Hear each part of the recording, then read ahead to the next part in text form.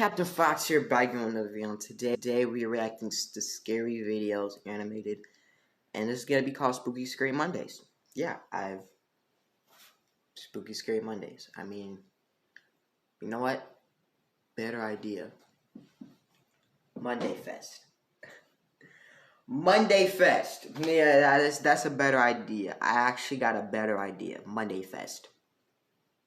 Monday Fest. It's just sounds perfect. You know, it just sounds actually perfect. Monday Fest. You know, that's what it's gonna be called. Or Monday Fright, or like, you guys make up names, okay? I'm allowing you guys to give me name ideas here. So yeah, like Monday Fest, and anything that involves Monday, but it's got to be a scary name, you know, for Monday. So let's get it, guys. This is a Bloody Mary story. I don't want to say that name too much because there's a mirror like right behind me, so like I don't think I want to do that. But you know, let's get into it. One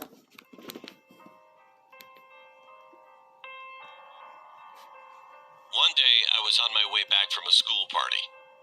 I was with my friends, but please keep in mind I was only 20 years old. 20. Okay. We were drunk, so we really didn't know where our Uber driver was taking us. He took us through this road called Sanol in California, and everyone in the car knew this road had a very upsetting story behind it. We didn't care, since we were all drunk, and it was 3 a.m. We just wanted to go home. At what seemed like the end of the ride, the driver stopped at the side of the road and let in this girl. She sat in the back seat of the car. She claimed her name was Mary. You better stop! It was a white dress. She also claimed that her husband... Speaking of Mary, did you guys see the Unholy movie? Just thinking about it makes me triggered. Dumped her on her wedding night. She said she was trying to find a ride for 3 hours, but she couldn't since it was too dark outside. Ooh. When I got a good look at her, I was shaking because she was tearing up blood. I whispered to my good friend Dominic. I told him about the Bloody Mary story. I told him that it took place on this very road and that the girl might be a ghost. Right as I finished that sentence, she looked at me through the rearview mirror with her bright, white eyes and asked us if we were talking about her. My heart dropped once again. We asked the guy to pull over, but he insisted on dropping us off at our location. Pull over One of my the female friends in car. the car started crying after Mary started reciting all of our names from the back of the car. We were scared because we didn't tell her our names. Now everyone in the car was crying except for me. It felt like we were driving forever, but it had only been 10 minutes. It got brighter out, and we realized that no one was in the back. It was a night spirit that was there, and it left because it was now morning. The next morning, I thought about what happened while I was taking a shower. When I looked in the mirror, Look at I his saw neck. a scratch on my neck. Look at his neck. This one is 2 true animated horror stories. And, you know, there's 2 of them in one video. So let's go. Let's get it. The Mystery of the Burglar. When I was 7 years old, living in the big city, a burglar once broke into our house. My mom had trouble sleeping at that time while I was sleeping deeply, and he invaded in the meantime. Thinking that he might be a petty thief who just steals little things, Mom pretended to sleep, praying just go away.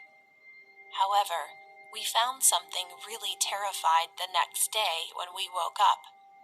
He drank the entire water from the fishbowl which contained the goldfish that we were raising at the time. Of course he swallowed my goldfish too. Bruh. We felt uncomfortable since that day, and we ended up stopping raising fish. Bruh. The Unknown Voice. This happened when I was very young. Almost every parent didn't buy a cell phone for their children at that time. And because of that, we used to yell outside calling our friends names. I had one friend who had an exceptionally loud voice in our town. Let me call him A. Anyway, his voice was so loud that almost everyone in the neighborhood knew him. He used to call his friends B, C, and D's names every day around 2 p.m. and asked them to come out and play. But one day, the children's moms visited A's mom angrily. Why does he come out late at night and keep calling our children's names recently? They are whining every night that they want to go out. Then A's mom replied with a puzzled look. What? My kid never did that. I've never sent him out since when he gets back at home in the afternoon. The arguments between their moms got worse, and the whole village ended up knowing what's going on. And they eventually all took A's mom's side. If A had screamed at night with such a loud voice, everyone in the neighborhood would have heard it. But no one ever listened except his friends and their family. However, they have been suffering from hearing A's voice every night since then, and eventually B and our house, who was one of A's friends' houses, also moved out. I've been forgotten about this for a while and suddenly remembered a few days ago, so I talked to my mom. Wasn't we all possessed at that time? I told a joke, laughing, and she answered, No, it was a person.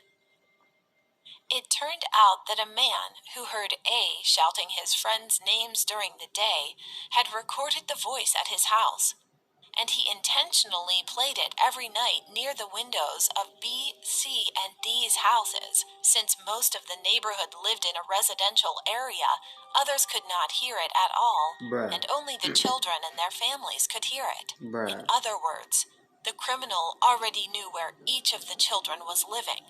No one knows whether he tried to do something bad when he called the children out at night with a recorded voice, or just wanted to torment the family. However, B's family eventually caught the back of a man fleeing with a recorder. And then they told the rest of the parents about what had happened. The B's family ended up moving out first for that reason, and being scared. My family followed them immediately after that. Now that I think about it, I feel like it's so creepy. Yeah. For whatever reason, he was definitely one of our neighborhoods. Creepy guy stalked me through TikTok. What? This happened pretty recent. Hold on. How do you get stalked on TikTok? I can't really... What? About 3 weeks ago. I mean, I can see Tinder and all that, but out at the TikTok? shopping center one evening. We're messing around posting clips on TikTok. Then one of my friends started laughing. And I asked her what she was laughing at. She told me that guy behind us kept staring at me. When I turned around, it was some older guy just watching me. He had black sunglasses, a cap, an old Adidas tracksuit with scuffed up shoes, and had a disgusting looking beard. My friends thought it was hilarious, but I found it really weird. Then another one of my friends said she thinks that guy lives on her street, about a few houses down from her. She said that he actually follows her on TikTok. At that point, I quickly got my phone out to check if he was following me, and he was. I had to block him because he seemed a bit creepy. We went to get McDonald's before we went home, and I received a message on TikTok from someone. It was that guy who had been following us. His name was Greg, and he wrote, "Why did you block me?" with 2 emojis. One was a crying face, and the other one was an angry face. He had actually created another account that day in the shopping center. I blocked This that sucker account, crazy. hoping that would be the end of it. I didn't mention it to my friends this time, knowing they would just laugh. That night, I was up late and had Netflix on in the background as I was chatting with my friends on Facebook while scrolling through TikTok. I got up to use the bathroom, and when I returned, I had 3 messages from my friends, all saying the same thing. Where the TV at? Where the dresser at? Where is all that? All were things like, "Who's in your room?" and "What's up with your last post?" I asked them what they were talking about, and they told me to check my TikTok, so I What? did. It was a clip of my bedroom. It was a clip of someone picking up my phone and recording the inside of my room. At that point, I heard a creaking.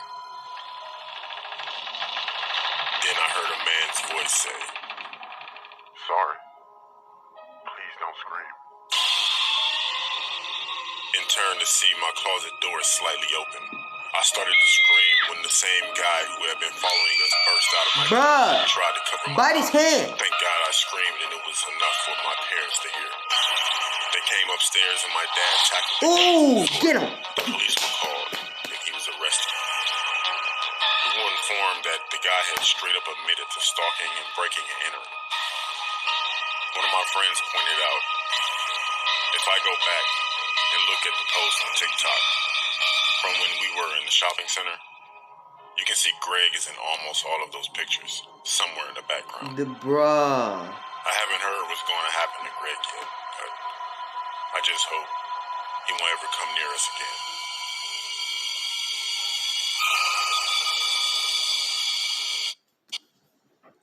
Sucker, that was creepy, bruh. Last one for the day. This is not about my story, but someone from my church, and he wanted to share his experience with anyone else. He's a 32-year-old man, and his pseudonym is Mark. He's a fairly big guy, and this situation took place when he was on his way home from work. He said that he had lost his phone 1 week before this whole situation happened, so he couldn't call and get any help during the story. It was quite late, around 11 p.m. He had finished work and was walking to a taxi stop location, and when he got there, a few people were standing around waiting as well. After about 2 minutes, he noticed that there was a minivan approaching. Usually, minivans are cheaper than taxis, and he felt tired that day, so he decided to take the minivan. He sat on a seat, and there was a young boy seated in the passenger side next to the driver who was collecting the fare. And then, 2 other boys who looked like teenagers also boarded the minivan and sat in the seats in front of him. Once the minivan took off, after about 5 minutes, the boy asked if they would like to drink some Coke. The boys accepted and started drinking. And they also gave it to Mark. Mark was also feeling thirsty, so he took it, but only a sip. Not much later, he started feeling drowsy. Ooh. Just before he about laid his head on the seat beside him, he noticed that those 2 boys were already knocked out. After he laid his head down, he heard noises coming from the back seats. 2 people were talking in a different language. The car was passing a big signboard that showed Crest Chicken Farm. And then he finally passed out. When he got up, he found himself inside a big shed-like barn, and there were some tools on a big table. He was on the floor, and the other 2 teenage boys were laying next to him.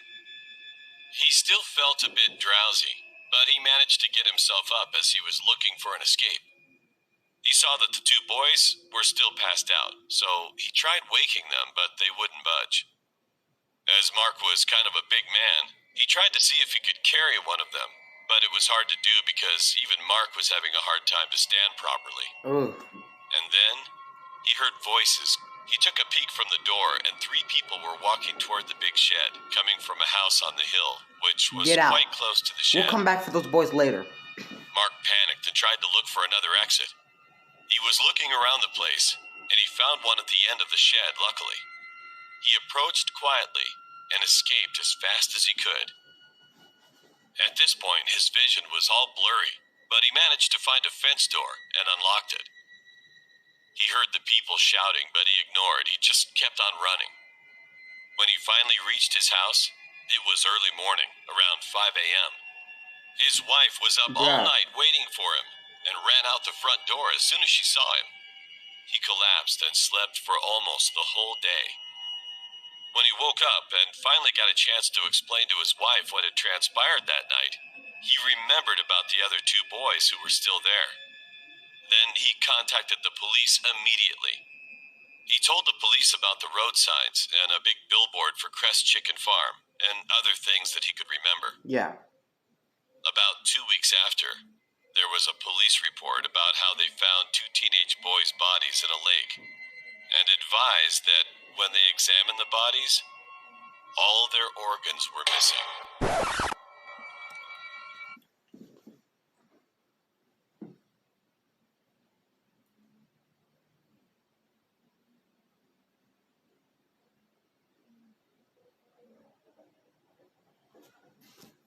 Mark just stood in fear. And as the event was too traumatic for him, Mark had to quit a job for a while.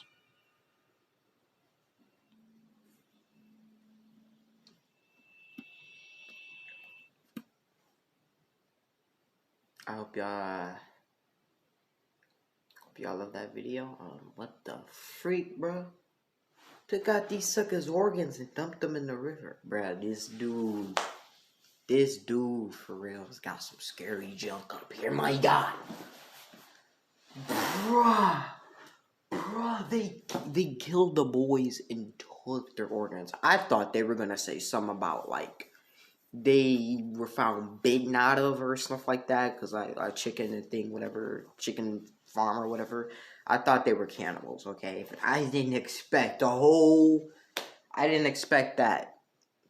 Not at all. God bless, guys. I'm out. And guys, suggest, put links of scary videos you guys want me to react to for Monday, and come up with a name for Monday. A scary name for Monday. It has to have Monday in it. I mean, Scary. Oh, that. I mean, Munfest. I'm like, come on, guys. There's possibilities, but God bless, guys. The night's got